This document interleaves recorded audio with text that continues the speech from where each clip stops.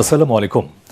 ATN বাংলার গ্রামগঞ্জের খবরে সবাইকে স্বাগত জানাচ্ছি ফিরোজ তোহা। শুরুতেই বিআরবি কেবলস সংবাদ শিরোনাম। সরকার আইনসঙ্গতভাবে ফ্যাসিস্টদের বিচার করতে বদ্ধপরিকর, বললেন আইনমন্ত্রী। সরকারি কর্মকর্তারা দুর্নীতি করলে কঠোর ব্যবস্থার হুঁশিয়ারি। বকেয়া বেতনের দাবিতে গার্মেন্টস শ্রমিকদের ঢাকা সিলেট মহাসড়ক অবরোধ, কয়েক কিলোমিটার জুড়ে যানজট।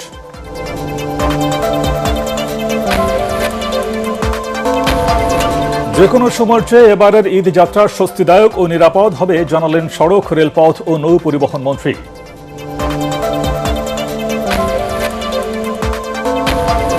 এবং পাবনার ঈশ্বরদীতে দাদিকে হত্যা করে নাতনিকে অপহরণের পর ধর্ষণ ও খুন করল সন্ত্রাসীরা।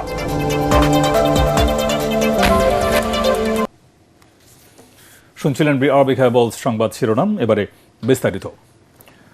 সরকার আইনসঙ্গতভাবে ফ্যাসিস্টদের বিচার করতে বদ্ধপরিকর বলে জানিয়েছেন আইনমন্ত্রী অ্যাডভোকেট মোহাম্মদ আসাদুজ্জামান।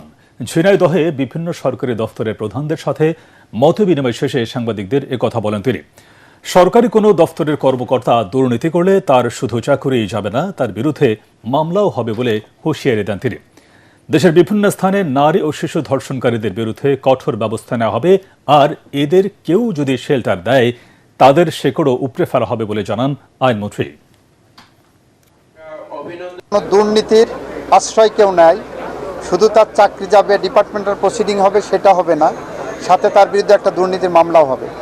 মাদকের ব্যাপারে জিরো টলারেন্স, সন্ত্রাস, রাজনৈতিক দুর্বৃত্তায়ন, সামাজিক হানাহানি, মারামারি, সমস্ত কিছু নিরপেক্ষভাবে ব্যবস্থা নেওয়ার জন্য প্রশাসনকে আমরা নির্দেশ দিয়েছি।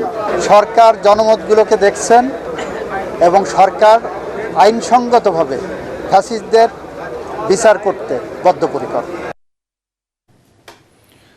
নারায়ণগঞ্জের রূপগঞ্জে 3 মাসের বকেয়া বেতন, শ্রমিক ছাঁটাই ও নির্যাতনের প্রতিবাদে তারাব পৌরসভার মৈকুলি এলাকায় ঢাকা সিলেট মহাসড়ক অবরোধ করেছে উত্তেজিত শ্রমিকরা। বি ব্রাদার্স গ্রুপ নামে একটি রফতানিমুখী পোশাক কারখানার শ্রমিকরা সকাল 8টা থেকে এই অবরোধ করে। এতে সড়কের উভয় পাশে প্রায় 12 কিলোমিটার এলাকা জুড়ে তীব্র যানজটের সৃষ্টি হয়, ফলে ভোগান্তিতে পড়েছেন যাত্রী ও পথচারীরা। ঘটনাস্থলে গিয়ে পরিস্থিতি নিয়ন্ত্রণের চেষ্টা করছে পুলিশ। এক পর্যায়ে পুলিশের সাথে শ্রমিকদের ধাওয়া পাল্টা ধাওয়ার ঘটনা ঘটে, এতে বেশ কয়েকজন আহত হয়েছেন।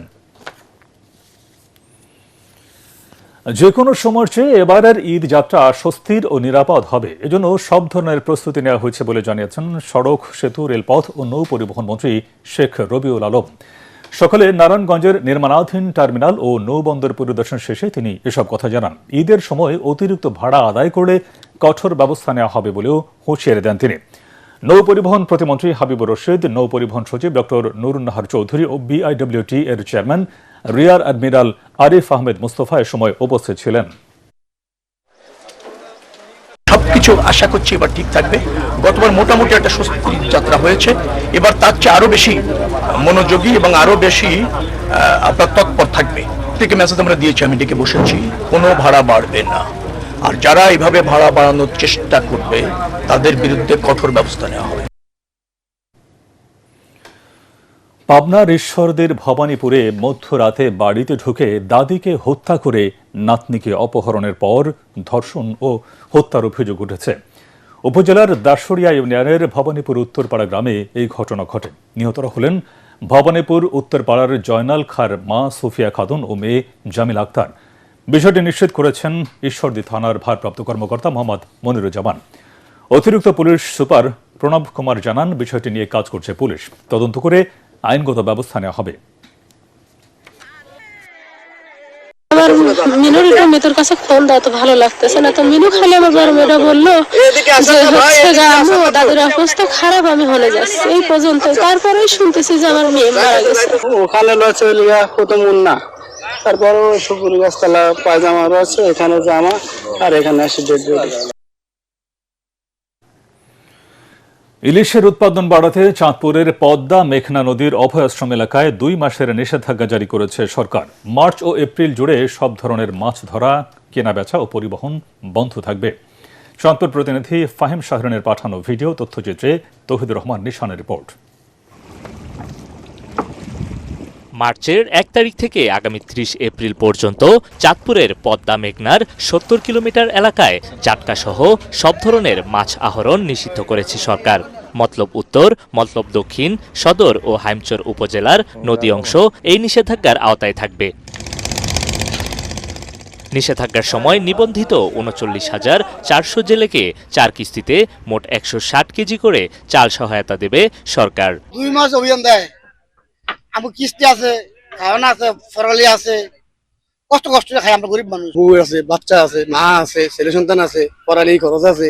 30 কেজি চাল দিলে স্যার আমাকে কোনো পদ্ধতি হইতেছে না। আমগো একটা কাজের ব্যবস্থা করে দেয়, আমরা যেন 2 মাস চলতে পারি। যদি সরকার কোনো সাহায্য করে আমরা তো ভালোভাবে কিস্তি মুস্তি আছে, পরিবার ধরলে আমরা চলতে পারবো ভালোভাবে। মৎস্য বিভাগ বলছে, আইন অমান্য করলে কমপক্ষে 5 বছরের কারাদণ্ড ও 5 লাখ টাকা জরিমানার বিধান রয়েছে। মৎস্য বিভাগ, উপজেলা জেলা প্রশাসন সহায়তায় 24 ঘন্টায় আমাদের পাহারায়, এই নদী পাহারায় থাকবে।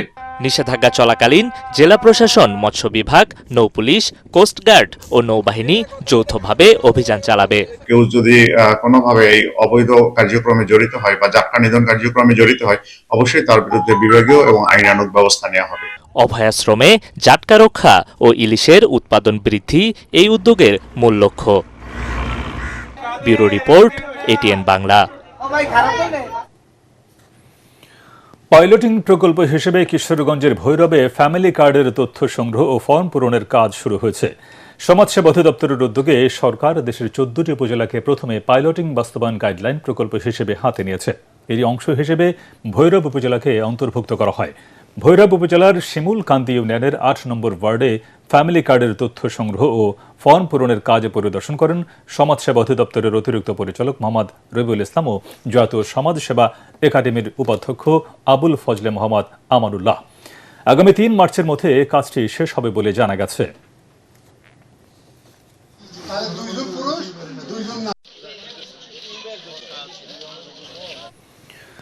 পটুয়াখালীর কলাপাড়ায় শিক্ষক আখতারুজ্জামানের বাড়ি পরিণত হয়েছে পাখির অভয়াশ্রমে। দীর্ঘ প্রায় 40 বছর ধরে নিজের বাড়িকে দেশি ও পরিযায়ী পাখির নিরাপদ আশ্রয়ে পরিণত করেছেন তিনি। প্রশাসন বাড়িটিকে পাখির কলোনি হিসেবে ঘোষণা করেছে। পটুয়াখালীর উপকূল থেকে আরিফ সুমনের পাঠানো রিপোর্ট, জানাচ্ছেন মাসুদ রানা।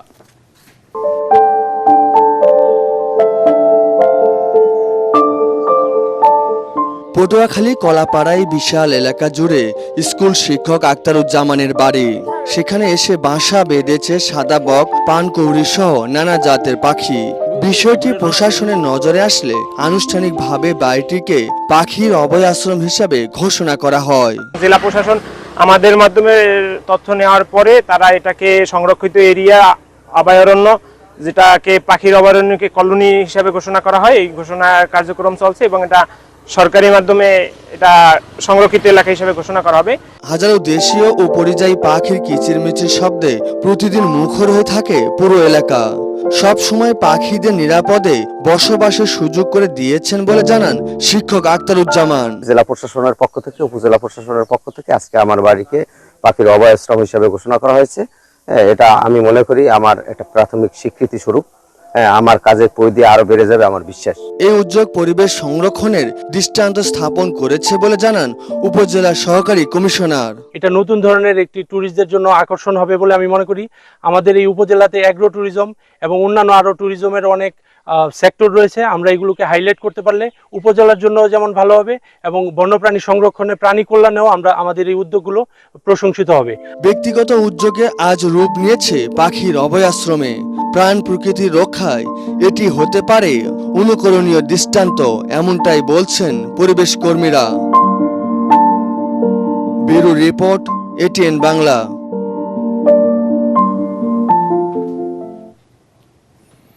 সাবেক প্রধানমন্ত্রী বেগম খালেদা জিয়ার রুহের মাগফিরাত কামনা এবং তারেক রহমান দেশের 11তম প্রধানমন্ত্রী নির্বাচিত হওয়ায় হবিগঞ্জে দোয়া ইফতার মাহফিল অনুষ্ঠিত হয়েছে। সংসদ সদস্য জি.কে. গাউস এর উদ্যোগে হবিগঞ্জ কেন্দ্রীয় ঈদগাহ মাঠে এই অনুষ্ঠানের আয়োজন করা হয়। এতে বিশেষ অতিথি ছিলেন সদ্য নিয়োগপ্রাপ্ত আন্তর্জাতিক অপরাধ ট্রাইব্যুনালের চিফ প্রসিকিউটর আমিরুল ইসলাম। জেলা ও উপজেলা বিএনপির নেতাকর্মীরা অনুষ্ঠানে উপস্থিত ছিলেন। পরবর্তী সংবাদ দেখার আমন্ত্রণ জানিয়ে এখনকার মতো শেষ করছি। আর এটিএন বাংলার সংবাদ ইউটিউবে দেখতে ব্রাউজ করুন youtube/ATN বাংলা নিউজ। ধন্যবাদ সবাইকে।